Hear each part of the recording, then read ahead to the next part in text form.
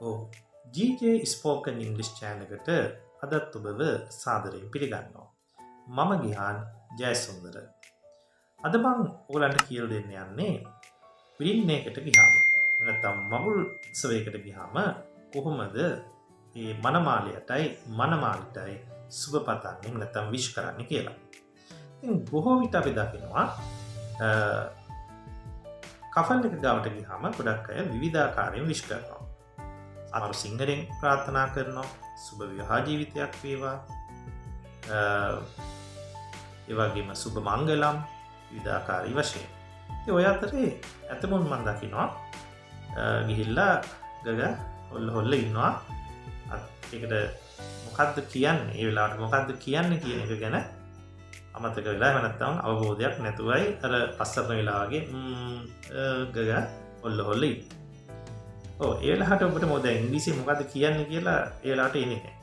ඒ වෙලාවට කොහොමද හරියටම විශ් කරන්නේ? ඒගොල්ලන්ට සුබ පතන්නේ කොහොමද කියලායි අද මම ඔබට මේ වීඩියෝ එකෙන් කියලා දෙන්න යන්නේ.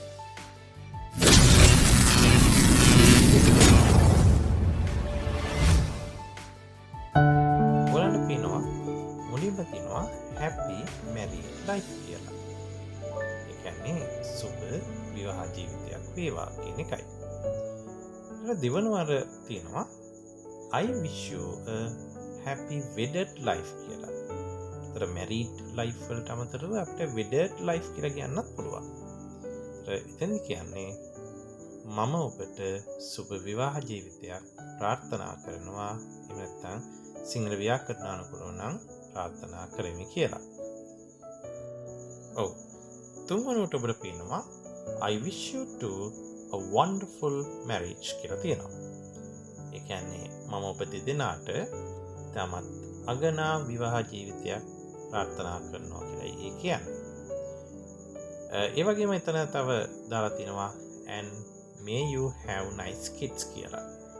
ඒ කියන්නේ ඔබට සොඳුරු දරුවන් ලැබේවා කියලත් ඒකම ප්‍රාර්ථනා කරන්න පුළුවන්.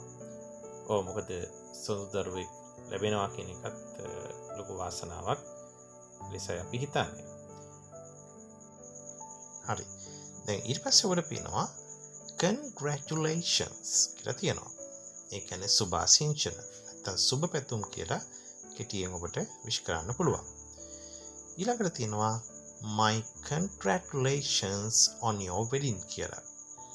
එන මගේ සුභාශිංසන ඔබේ විවාහය සඳහා. ඊටසේ all the best to you both කියලා තියෙනවා.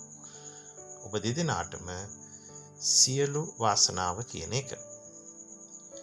ඊළඟට have a great life together. ඒ කියන්නේ ඔබට එකට ජීවත් වීමේදී තමත් හොඳ ජීවිතයක් ලැබෙන්න කියලායි එතෙන්දී ප්‍රාර්ථනා කරන්නේ. ඔව් දැන් ඊළඟට ඔබට පේනවා I wish you a great future together. මම ඔබට සුබ අනාගතයක්, ඒ කියන්නේ ඔබ දෙදෙනා එකට ජීවත් වීමේදී ඔබට සුබ අනාගතයක් වේවායි පතනවා කියලායි කියන්නේ. Let's say we wish you all the best for your new life. අපි ප්‍රාර්ථනා කරන ඔබේ අලුත් ජීවිතයට සියලු ජය කියන එකයි අදහස. ඒකත් ලස්සන විශ් එකක්. ඔව් ඒ වගේම ඔබට පේනවා අවසාන වශයෙන් congratulations Naomi කියලා තියෙනවා. Naomi ඔබට සුබ පැතුම් එහෙම නැත්නම් සුභාසිංචන කියලායි ඒ කියන්නේ.